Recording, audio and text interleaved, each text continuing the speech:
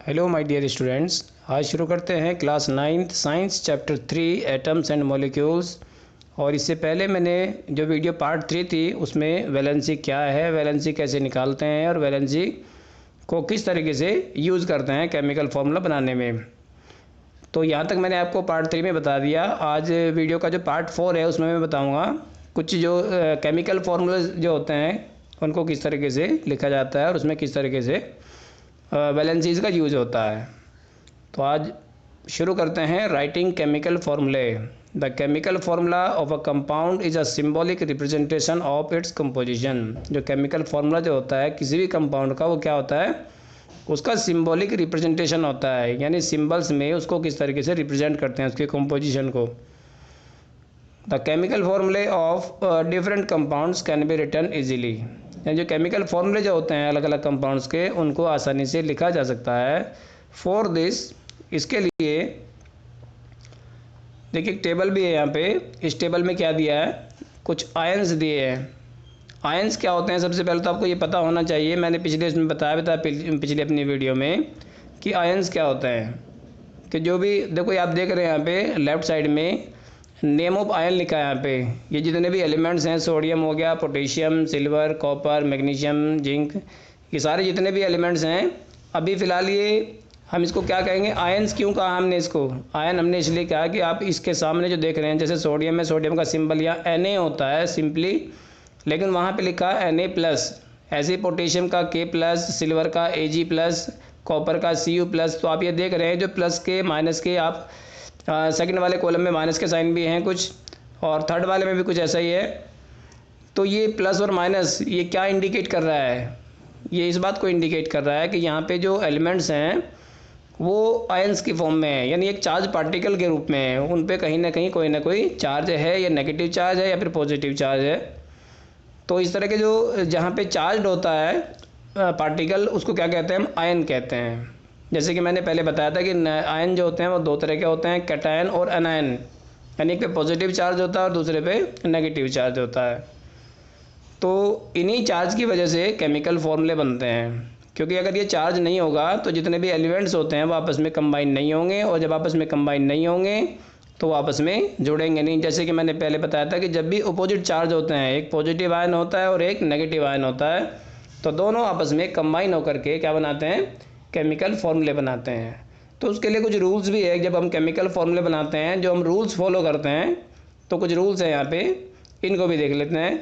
The rules that you have to follow while writing a chemical formula are as follows. तो कौन कौन से rules हैं? सबसे पहला रूल हम पढ़ेंगे, द वैलेंसीज और charges on the ion must balance. सबसे पहले क्या होना चाहिए, जो इसकी वैलेंसी है या उस पर जो चार्ज होता है आयन पर, वो क्या होना चाहिए, बैलेंस्ड होना चाहिए। When a compound consists of a metal and a non-metal, the name or symbol of metal is written first। यानी जो सबसे पहले क्या होता है, जब भी हम भी कोई कंपाउंड का फॉर्मूला लिखते हैं, तो मेटल को पहले, जो मेटल जो होता है, मेटल का सिंबल पहले आता है और हमेशा नॉन मेटल का बाद में आता है। ये रूल के हिसाब से ही होता है। तो कभी भी जब मेटल नॉन मेटल कंबाइन होते हैं, कंबाइंड होकर के क्या बनाते हैं, कंपाउंड बनाते हैं, तो उसमें पहले जो नाम लिखा जाता है वो मेटल का लिखा जाता है, उसके बाद नॉन मेटल का लिखा जाता है। The name or symbol of the metal is written first. For example, जैसे कि हम एक एग्जांपल लेते हैं, कैल्शियम ऑक्साइड। अब कैल्शियम ऑक्साइड किससे मिलकर के बना हुआ है, कैल्शियम और ऑक्सीजन से मिलकर के बना हुआ है। तो कैल्शियम एक मेटल है, जबकि ऑक्सीजन क्या है, एक नॉन मेटल है। तो पहले हम किसको लिखते हैं, मेटल को लिखते हैं, और उसके बाद में नॉन मेटल को। ऐसे ही एक एग्जांपल हो गया सोडियम क्लोराइड। अब सोडियम क्लोराइड में सोडियम मेटल है, क्लोरीन क्या है, ये एक नॉन मेटल है।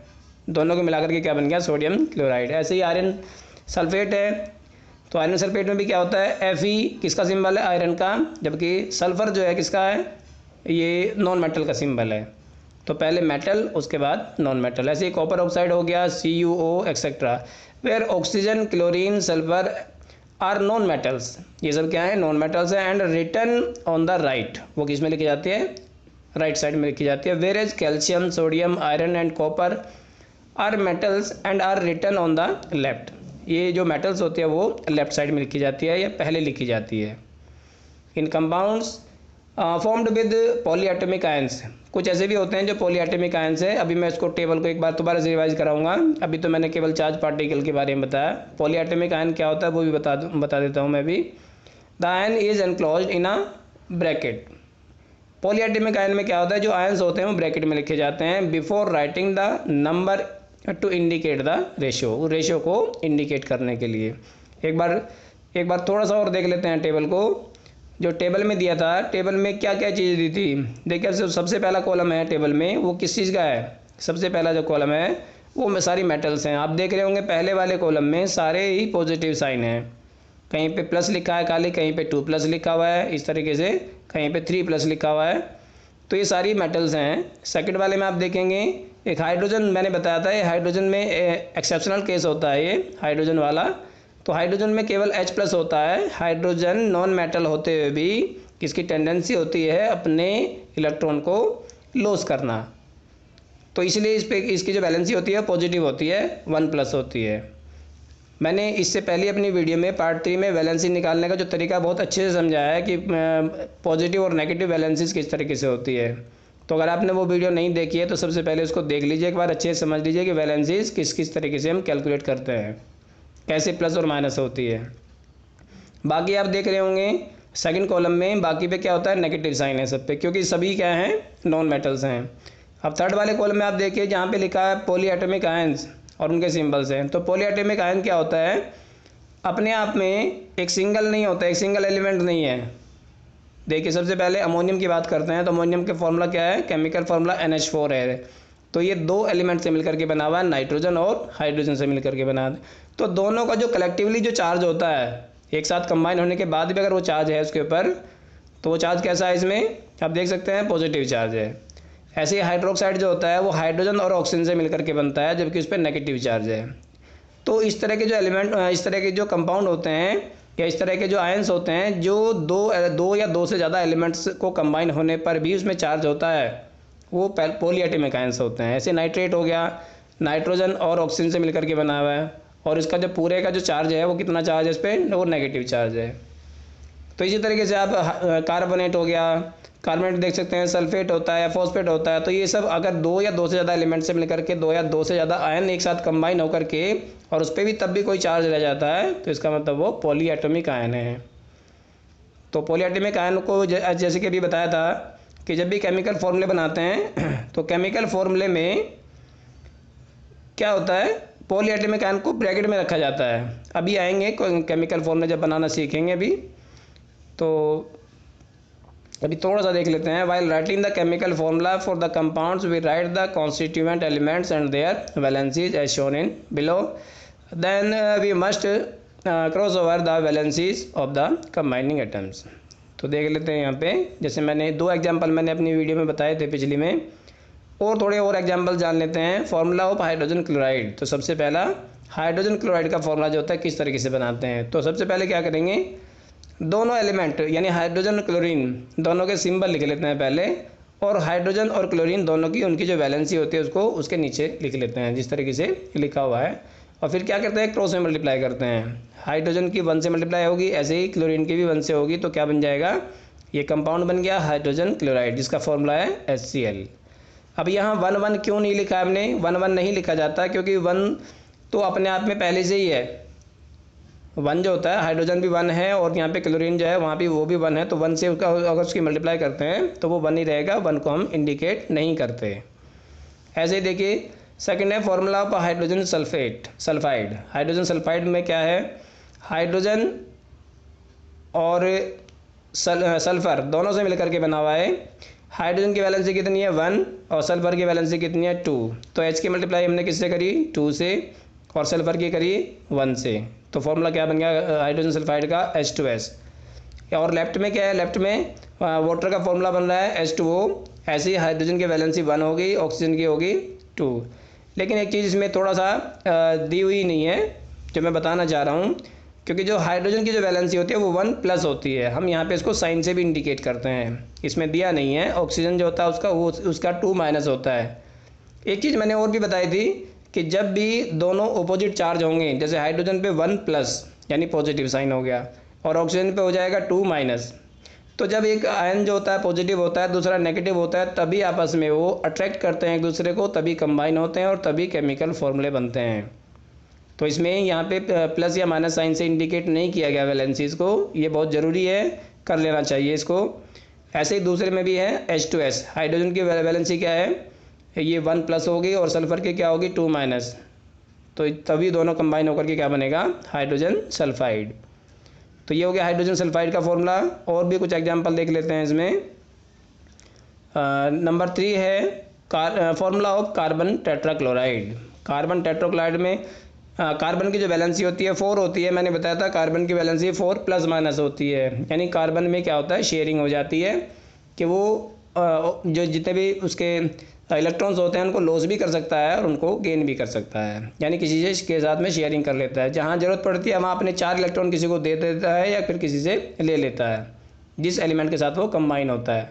ऐसे क्लोरीन की वैलेंसी कितनी होगी 1-, तो क्रॉस मल्टीप्लाई करेंगे सी की 1 से मल्टीप्लाई करेंगे तो सी हो गया, सी बन जाए सी, और Cl की 4 से मल्टीप्लाई करेंगे तो ये बन जाएगा Cl4। तो कार्बन टेट्राक्लोराइड का फॉर्मूला हो गया CCl4।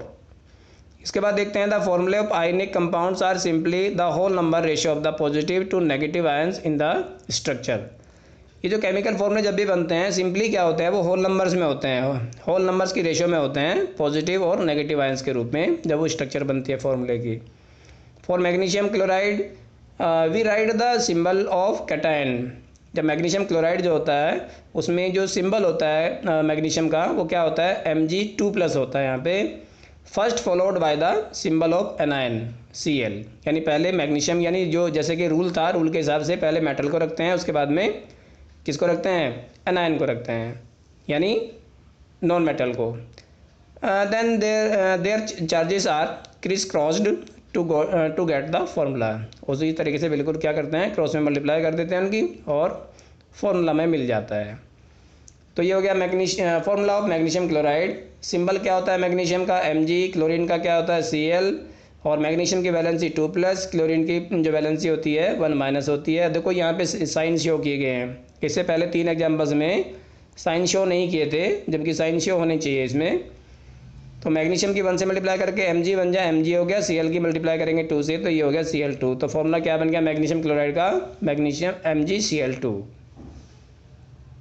Thus in magnesium chloride there are two chloride ions for each magnesium Mg2+. The positive and negative charges must balance each other, यानी यहाँ पे पॉजिटिव और नेगेटिव चार्ज दोनों एक दूसरे को बैलेंस करते हैं।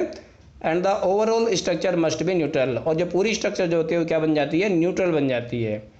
Note that in the formula the charges on the ion are not indicated. जब फॉर्मूला बन जाता है, फॉर्मूला बनने के बाद, जैसे यहाँ पे मैग्नीशियम पे की वैलेंसी 2+ थी, क्लोरीन की 1- थी, तो जो मैग्नीशियम क्लोराइड जो MgCl2 बनाया उस पर आप कोई भी साइन नहीं लगाएंगे, ना पॉजिटिव साइन लगाएंगे ना नेगेटिव साइन लगाएंगे, क्योंकि वो क्या हो गया, वो न्यूट्रल हो गया, तो उसमें कोई भी साइन इंडिकेट नहीं किया जाता। Some more examples.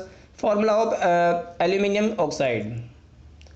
तो एल्यूमिनियम ऑक्साइड का तो फॉर्मूला ये इसमें गलत लिखा हुआ है, इसमें तो जो सिंबल लिखे हैं यहाँ पे ये कैल्शियम ऑक्साइड का इसमें फॉर्मूला लिखा हुआ है, ऊपर नाम लिखा हुआ है एल्यूमिनियम ऑक्साइड, जबकि ये थोड़ा सा गलत हो गया है, इसमें कैल्शियम ऑक्साइड का ये फॉर्मूला ऊपर वैलेंसी लिखी हुई है यहाँ पे।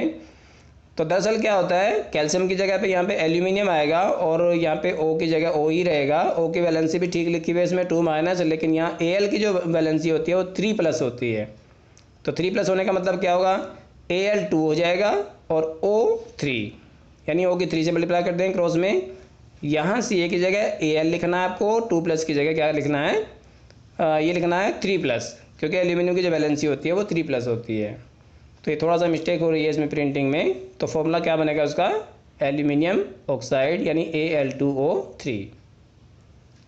इसके बाद आता है कैल्शियम ऑक्साइड। ये देखो कैल्शियम ऑक्साइड का रिपीट हो गया वहाँ से। कैल्शियम ऑक्साइड में क्या है, कैल्शियम का सिंबल हो गया Ca, ऑक्सीजन का क्या हो गया O।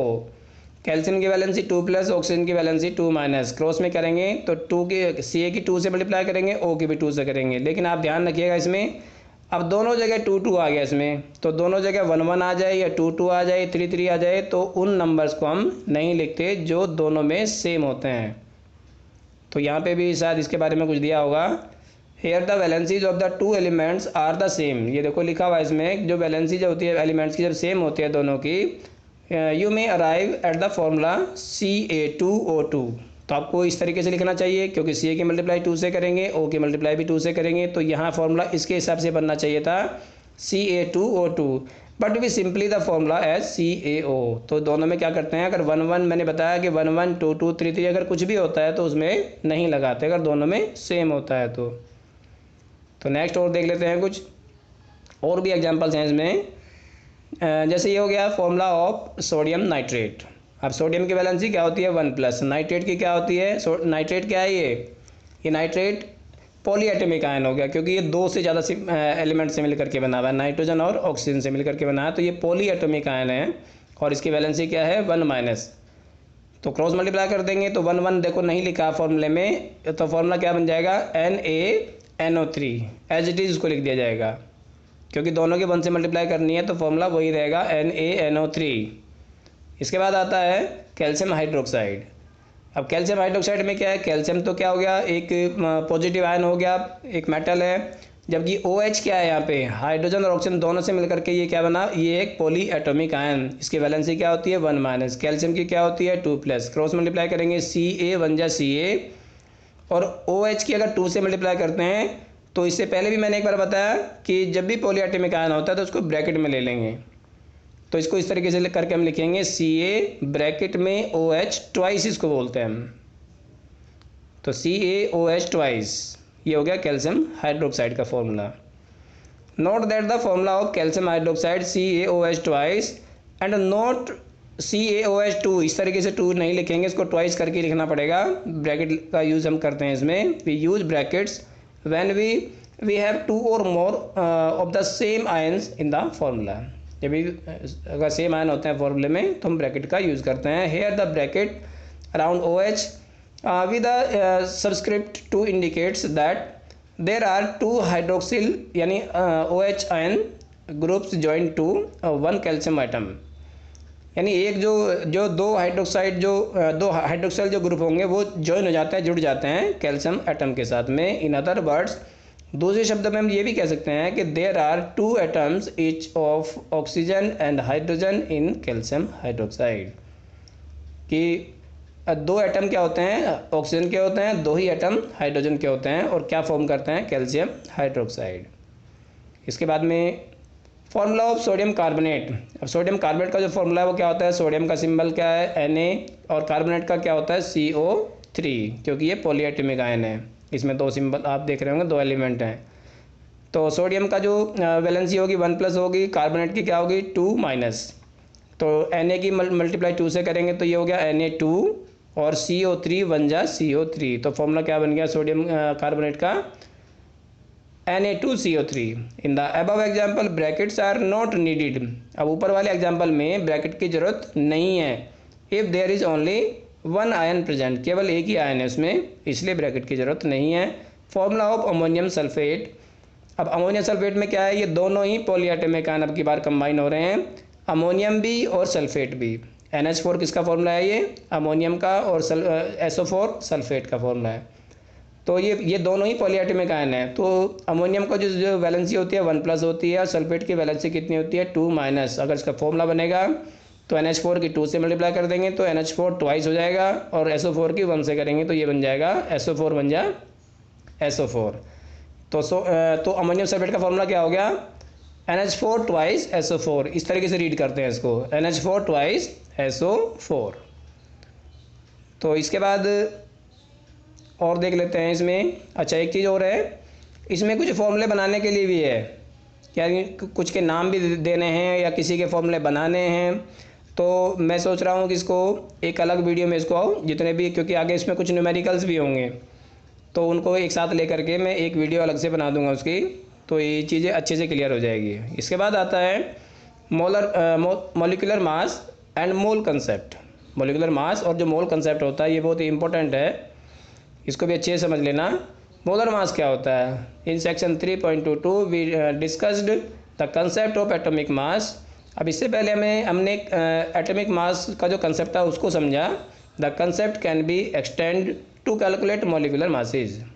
अब इस कंसेप्ट को थोड़ा सा हम एक्सटेंड कर सकते हैं, थोड़ा बढ़ा सकते हैं to calculate molecular masses, molecular mass को कैलकुलेट करने के लिए। The molecular mass of a substance is the sum of the atomic masses of all atoms in the molecule of the substance. यानी कोई भी सब्सटेंस होता है और उसमें जितने भी एटम्स होते हैं उन सब का जो टोटल मास होता है, उस सब्सटेंस के अंदर जितने भी एटम्स से मिलकर के वो बना हुआ है उसका जितना भी टोटल मास होता है वही उसका मोलर मास कहलाता है, जो एक मोल के अंदर होता है। If it is there for the relative mass of a molecule expressed in the atomic mass unit. इसलिए क्या होता है, जो रिलेटिव मास जो होता है किसी भी मोलिक्यूल का, उसको एक्सप्रेस कर सकते हैं हम एटॉमिक मास यूनिट के रूप में, जिसको हम यू से डिनोट करते हैं, जिसको कहते हैं हम यूनिफाइड मास। अब देखिए यहाँ पे कुछ मोलिकुलर मास कैलकुलेट करने के लिए आए हैं, तो ये कुछ एग्जांपल्स हैं। ये एग्जांपल्स में मैं आपको अलग से ही समझाऊंगा, क्योंकि यहाँ पर इसमें ऐसे बताने का कोई फ़ायदा नहीं होगा। अगर चाहो तो मैं थोड़ा सा इसको वैसे ही बता सकता हूँ। अब देखिए यहाँ पे क्या दिया है, ऐसे ही समझा देता हूँ, बाकी तो मैं अलग ही बताऊँगा इसको। Calculate the relative molecular mass of water. अब वाटर का अगर हम रिलेटिव जो मोलिकुलर मास निकालें तो सबसे पहले फर्स्ट पार्ट में हम यही देखेंगे। Atomic mass of hydrogen, hydrogen का एटॉमिक मास कितना होता है, 1 U होता है। ऑक्सीजन का कितना होता है, 16 U होता है। तो ये भी आपको थोड़ा सा मैं एक बार बताऊंगा कि किस किस का मास कितना होता है, क्योंकि ये एक्सपेरिमेंटल वैल्यू होती है। अब इसको इस तरीके से नहीं बता सकते कि हमको ऐसे बस कैलकुलेट करा बता दिया, क्योंकि एक्सपेरिमेंटल वैल्यू होती है, इसलिए इनको अपने पास नोट भी करके रखना होगा। So the molecular mass of water which contains 2 atoms of hydrogen and 1 atom of oxygen. तो इसमें क्या होता है, 2 एटम तो होते हैं हाइड्रोजन के और 1 एटम होता है ऑक्सीजन का। तो अगर 2 एटम कितने, क्योंकि फॉर्मूला क्या होता है, H2O होता है, H2O, यानी 2 एटम किसके हो गए, हाइड्रोजन के, और ऑक्सीजन का 1 एटम हो गया। हाइड्रोजन का मोलिकुलर मास कितना है, 1 U। तो 2 की 1 से मल्टीप्लाई कर दें, क्योंकि H2O होता है ना, तो 2 × 1 प्लस O में क्या है, एक ही उसका एटम होता है, तो 16 की 1 से मल्टीप्लाई करते हैं, 16 बन जा 16, तो 2 बन जा 2 और 16 बन जा 16, और 16 में 2 प्लस करेंगे तो 18 U आ जाएगा। U क्या है इसकी यूनिट, स्टैंडर्ड यूनिट जो होती है एटॉमिक मास की यही होती है, इसको हम यूनिफाइड मास भी कहते हैं। सेकंड में क्या था, सेकंड है the molecular mass of HNO3। HNO3 क्या है, इसका जो नेम है, केमिकल नेम, वो है नाइट्रिक एसिड। अब इसमें 3 एटम हैं, कौन कौन से, हाइड्रोजन हो गया, नाइट्रोजन हो गया और ऑक्सीजन हो गया। अब हाइड्रोजन का कितना होता है, 1, तो उसको तो 1 ही लिखेंगे, प्लस और इसका नाइट्रोजन का कितना होता है, ये होता है 14, और ऑक्सीजन का कितना, ऑक्सीजन का 16 होता है, लेकिन यहाँ पे O3 करके लिखा हुआ है, तो 16 की 3 से मल्टीप्लाई कर देंगे, तो 16 3 कितना हो जाएगा, 16 3 48। इसके बाद तीनों को प्लस कर देंगे, तो ये निकल जाएगा HNO3 यानी नाइट्रिक एसिड का एटॉमिक मास, मोलिकुलर मास। तो कितना हो गया, 63 U। इसके बाद में आता है formula unit mass. Formula unit मास क्या होता है, यानी एक फॉर्मूला जो होता है, जैसे H2O है, अब H2O में ये नहीं है कि 3H2O 4H2O, ये 3 4 कुछ नहीं होगा इसमें, केवल H2O या केवल NaCl, इस तरह के जो फॉर्मूला होता है, फॉर्मूला यूनिट मास यानी उसी का मास बताना में, वो क्या होता है, the formula unit mass of a substance is a sum of the atomic masses of all atoms in a formula unit of a compound. यानी ये कंपाउंड जो है, जैसे H2O है, तो H2O में हाइड्रोजन और ऑक्सीजन के जितने भी एटम्स उसमें हैं, उन सब का जो मास निकाल के अगर उसको प्लस करें तो क्या बन जाएगा, वो formula unit mass. Formula unit mass is calculated in the same manner as we calculate the molecular mass. Formula unit mass भी उसी तरीके से निकाला जाता है जिस तरीके से मोलिकुलर मास कैलकुलेट किया जाता है, जैसे कि मैंने अभी बताया ऊपर। द ओनली डिफरेंस, उसमें अंतर क्या है केवल, that we use the word formula unit for दो substances whose constituent particles are ions. उनमें अंतर केवल यही होता है कि जो हम यूज़ करते हैं वर्ड फार्मूला, यहाँ पे जो हमने फार्मूला जो वर्ड यूज़ किया, फार्मूला यूनिट वर्ड हमने यूज़ किया है फॉर दो सब्सटेंसेज, उन सब्सटेंसेज के लिए whose constituent particles are ions, जिनके जो कॉन्स्टिट्यूएंट पार्टिकल है जिससे वो मिलकर के बना है वो आयंस है। For example sodium chloride as discussed above, जैसे सोडियम क्लोराइड के बारे में हमने डिस्कस किया था, पर has a formula unit NaCl, तो उसका जो फॉर्मूला यूनिट क्या है वो है NaCl। Its formula unit mass can be calculate as, तो उसके फॉर्मूला को कैलकुलेट कर सकते हैं। जैसे सोडियम हो गया, सोडियम का 23 होता है, तो एक इसका आइटम होता है तो 1 × 23, प्लस क्लोरीन का होता है 35.5, तो 1 × 35.5, क्योंकि उसका भी एक ही आइटम है। अब दोनों को 1 से मल्टीप्लाई करेंगे तो यही नंबर आएंगे, दोनों को प्लस कर देंगे तो ये आ जाएगा 58.5 U। इसी तरीके से हम जो कैल्शियम क्लोराइड है, कैल्शियम क्लोराइड का फॉर्मूला यूनिट मास निकाल सकते हैं, क्योंकि कैल्शियम का क्या होता है, कैल्शियम का होता है 40+, और यहाँ पे क्या है सी ए का तो 40 हो गया, और क्लोरीन का कितना मैंने बताया था अभी 35.5 होता है, लेकिन यहाँ पे 2 लिखा हुआ है Cl2, तो 35.5 की 2 से मल्टीप्लाई कर देंगे तो ये बन जाएगा 71, और 71 को प्लस कर देंगे किससे 40 से, तो ये कितना आ गया 111U। तो और भी क्वेश्चंस में बहुत सारे ये दे रखे हैं एग्जांपल, इसमें इन सभी के क्या करने हैं, मोलिकुलर मासेस कैलकुलेट करने हैं। तो कुछ के दिए भी है इसमें जिनकी हेल्प से आप मोलिकुलर मास निकाल सकते हैं। तो नेक्स्ट देखेंगे अब मोल कंसेप्ट। अब ये मोल कंसेप्ट जो होता है इसको भी समझ लेते हैं। Mole concept, take an example of reaction of hydrogen and oxygen to form water. अब हम दो एलिमेंट लेते हैं, दोनों की रिएक्शन जो होती है हाइड्रोजन और ऑक्सीजन, जब दोनों आपस में कंबाइन होते हैं तो क्या बनता है इसमें वाटर बनता है। तो अब हम इसमें ये तो दिखा देंगे यहाँ पे कि इसमें के 4 एटम्स किसके हो गए, हाइड्रोजन के, और 2 एटम्स किसके हो गए, ऑक्सीजन के, और दोनों कंबाइन होकर के कितने मॉलिक्यूल्स बने, वाटर के 2 मॉलिक्यूल इसमें बने हैं। The above reaction indicates that, अब जो ऊपर जो रिएक्शन है वो क्या इंडिकेट करती है, 2 molecules of hydrogen combine with 1 molecule of oxygen to form 2 molecules of water। यानी 2 मॉलिक्यूल किसके हो गए, हाइड्रोजन के हो गए, कंबाइन हो जाते हैं, जुड़ जाते हैं with 1 molecule of oxygen, 1 molecule oxygen का हो जाता है, और क्या बनाते हैं 2 molecules ऑफ वाटर, 2 मॉलिक्यूल बनाते हैं किसके, वाटर के। फॉर यू, अब यहाँ पे अगर हम इसको अगर इसका मास देखें करके, अगर इसका मास करके देखें हम तो क्या हो जाएगा, 4U hydrogen, 4U of hydrogen molecules combine with 32U। अब ये 32 और ये 4U क्या आया, ये 4U का मतलब हो गया यहाँ पे जब इसका मास निकालेंगे हाइड्रोजन का तो H की मल्टीप्लाई 2 से करेंगे पहले, तो 2 बन जाए 2, और फिर बाहर 2 भी लगा क्योंकि इसके 2 मॉलिक्यूल है तो 2 2 जा बन जाएगा 4। ऐसे ही यहाँ पे 32 कहाँ से आया, तो 16 की 2 से मल्टीप्लाई करेंगे, 16 2 जा 32, तो दोनों कंबाइन होकर के क्या फॉर्म करते हैं 36U ऑफ वाटर मॉलिक्यूल्स। ये क्या हो गया, ये उसके मास के हिसाब से हो गया। ऊपर जो था फर्स्ट वाला जो पार्ट है वो नंबर के हिसाब से कि कितने कितने मॉलिक्यूल्स हैं उसके नंबर के हिसाब से, दूसरे वाला मास के अकॉर्डिंग हो गया। तो we can infer from the above equations that the quantity of a substance can be characterised by its mass or the number of molecules. अब सेकंड पार्ट में क्या था, मास के अकॉर्डिंग, और फर्स्ट वाले में क्या था, नंबर ऑफ मॉलिक्यूल्स के हिसाब से। But a chemical reaction equation indicates directly the number of atoms or molecules taking part in the reaction। लेकिन जब किसी भी हम इक्वेशन में देखते हैं तो केमिकल रिएक्शन में क्या होता है, हम डायरेक्टली बता सकते हैं कि जो उसके जो नंबर ऑफ एटम्स होते हैं उनको देख करके, या उसके जो मॉलिक्यूल्स होते हैं उनको देख करके हम रिएक्शन में तुरंत बता सकते हैं। Therefore it is more convenient, इसलिए ज़्यादा कन्वीनियंट होता है क्योंकि हम देख करके किसी का मास नहीं कर सकते, किसी का वेट नहीं कर सकते, हम वजन नहीं कर सकते किसी चीज़ का।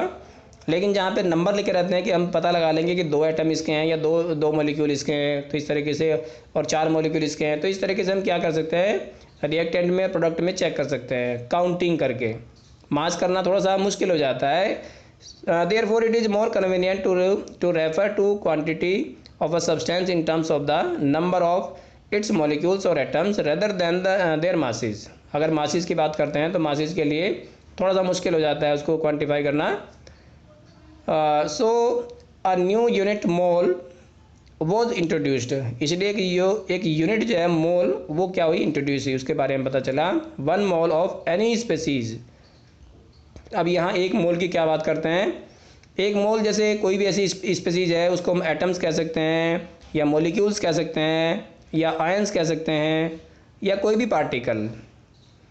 That is quantity in number having a mass equal to its atomic or molecular mass in grams। वो जो उसकी जो क्वांटिटी होती है इन नंबर्स में having a mass equal to, उसका जो मास होता है किसके इक्वल होता है, इट्स एटॉमिक और मॉलिक्यूलर मास इन ग्राम्स, यानी इसका एटॉमिक और मॉलिक्यूलर मास किसमें, ग्राम्स में। The number of particles atoms molecules और ions present in 1 mole of any substance is fixed. अब ये ध्यान रखने की चीज़ है कि जितने भी नंबर ऑफ पार्टिकल्स होते हैं किसी भी एटम के अंदर या किसी भी मॉलिक्यूल्स के अंदर या किसी आयंस के अंदर जो प्रेजेंट होते हैं 1 मोल में, वो क्या होते हैं, उनकी जो नंबर होती है किसी भी सब्सटेंस के अंदर वो फिक्स्ड होती है विद अ वैल्यू ऑफ 6.022 × 10⁻23। ये एक एक्सपेरिमेंटल वैल्यू होती है और वो यही रहती है, हमेशा फिक्स्ड होती है ये। This is an experimentally obtained value. ये वैल्यू जो होती है कहाँ से आई, एक्सपेरिमेंट करने के बाद ये ऑब्टेन की है। This number is called the Avogadro constant और एवोगैड्रो नंबर। तो इस नंबर को एवोगैड्रो कांस्टेंट या फिर एवोगैड्रो नंबर भी कहा जाता है। Named in honour of the Italian scientist Amedeo Avogadro, यानी उनके सरनेम के हिसाब से इसको, इस नंबर को नाम दिया गया है क्योंकि उन्होंने इसको डिस्कवर किया था, उन्होंने पता लगाया था उसका। 1 mole of anything 6.022 into 10⁻23 number.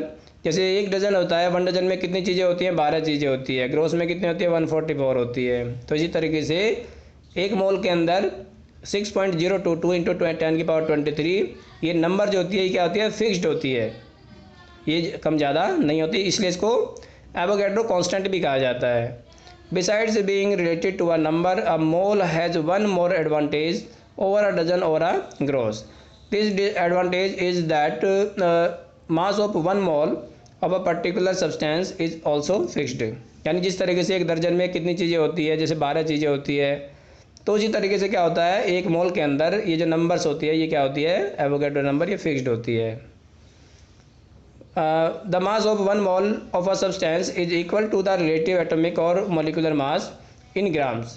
यानी एक मास जो होता है मोल का किसी भी सब्सटेंस के, वो किसके इक्वल होता है, इट्स रिलेटिव एटॉमिक और मॉलिक्यूलर मास, इसके एटॉमिक और मॉलिक्यूलर मास के इक्वल होता है इन ग्राम्स, ग्राम्स में। The atomic mass of an element gives us the mass of 1 atom of that element in atomic mass units. यानी जो एटॉमिक मास जो होता है किसी भी एलिमेंट का, वो हमें क्या बताता है, the mass of 1 atom of that element, कि उस एलिमेंट का जो एटम का जो मास होता है in atomic masses, atomic masses का जो यूनिट होती है पूरे की, u to get the mass of 1 mole of atom of that element that is molar mass, we have to take some numerical value but change the units from you to g. तो ऐसे में क्या करते हैं, जो उसकी जो unified मास जो होता है, जहाँ हम यू का यूज़ करते हैं, वो उसको हम किस में कन्वर्ट कर लेते हैं, जी में कन्वर्ट कर लेते हैं।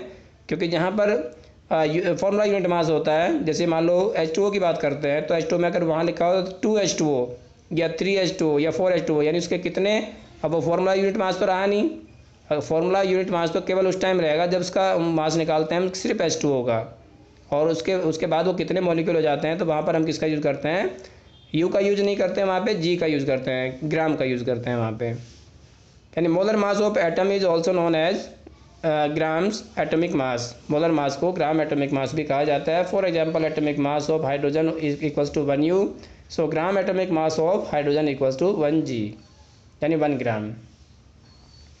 1 u hydrogen has only 1 atom of hydrogen, 1 g यानी 1 gram hydrogen has 1 mole atoms, that is 6.022 into 10⁻23 atoms of hydrogen. Similarly इसी तरीके से एग्जाम्पल किसका है, ऑक्सीजन का भी है, only 1 atom of oxygen, 16 gram of oxygen has 1 mole atoms, that is 6.022 into 10⁻23 atoms of oxygen.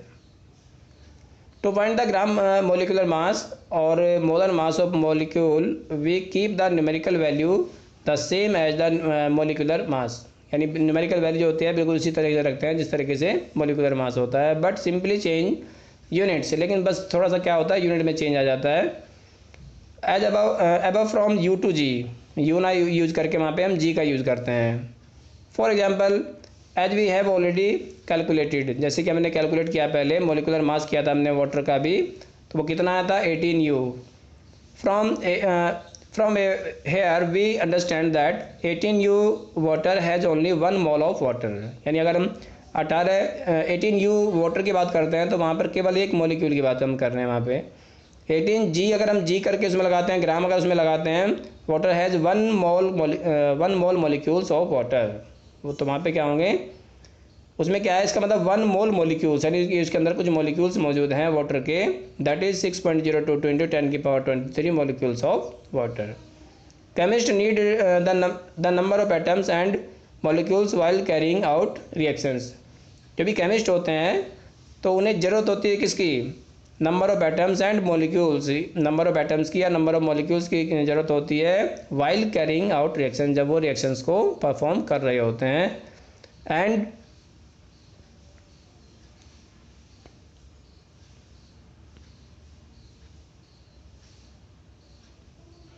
And for this they need to relate the mass in gram. उसके बाद में क्या करते हैं, उन्हें ज़रूरत होती है to relate the mass in grams, कि जो भी मास होता है उसको ग्राम्स में कैलकुलेट करने की to the number. It is done as follows, यानी 1 मोल इक्वल टू क्या होता है 6.022 इंटू 10 की power 23 numbers relative mass in grams. Thus, a mole is chemist counting unit. The word mole was introduced around 1896 by Wilhelm Ostwald, who derived the term from the Latin word moles, meaning a heap of pile. यानी उसको जो नाम दिया Latin word जो था उसमें moles का, उसका मतलब क्या था, हीप और पाइल्स, यानी कोई ढेर या फिर पाइल जो होता है गट्ठर, को हम कह सकते हैं। A substance may be considered as a heap of atoms or molecules, यानी एक सब्सटेंस हो सकता है, उसको कंसिडर किया जा सकता है a heap of atoms, यानी heap of atoms और molecules, यानी वो क्या है, बहुत सारे एटम से या मॉलिक्यूल से बना हुआ क्या है, एक हीप है। हीप का मतलब एक ढेर है। The unit mole was accepted in 1967 to provide a simple way of reporting a large number, the massive heap of atoms and molecules in the sample। यानी जो यूनिट मोल जो है वो एक्सेप्टेड, वो उसको एक्सेप्ट किया गया कब, 1961 में, to provide a simple way, एक सिंपल वे प्रोवाइड करने के लिए, ऑफ रिपोर्टिंग लार्ज नंबर, यानी जो बड़ी नंबर जो होती है उसको, उसकी रिपोर्टिंग करने के लिए, the massive heap of atoms and molecules in a sample, यानी एक सैंपल के अंदर जो भी जो एटम या मॉलिक्यूल दिए हुए होते हैं। तो इसके अलावा इसके साथ और भी कुछ एग्जांपल्स दे रखे हैं, तो मैं सोच रहा हूँ कि इसमें एग्जांपल जितने भी होते हैं, सारे जितने भी न्यूमेरिकल्स बचे हुए हैं, तो अब तो मेरे ख्याल से ये सारे हाँ, बाकी जो एक्सप्लेन करने का था वो मैंने एक्सप्लेन कर दिया है। बाकी जितने भी न्यूमेरिकल्स हैं उन सभी न्यूमेरिकल्स का मैं एक अलग से वीडियो बनाऊँगा और उसको अच्छे तरीके से समझाने की कोशिश करूँगा, तो उसको ध्यान से समझिएगा। तो हमारा चैप्टर जो था इसमें जो एक्सप्लेनेशन था वो तो कंप्लीट हो गया है।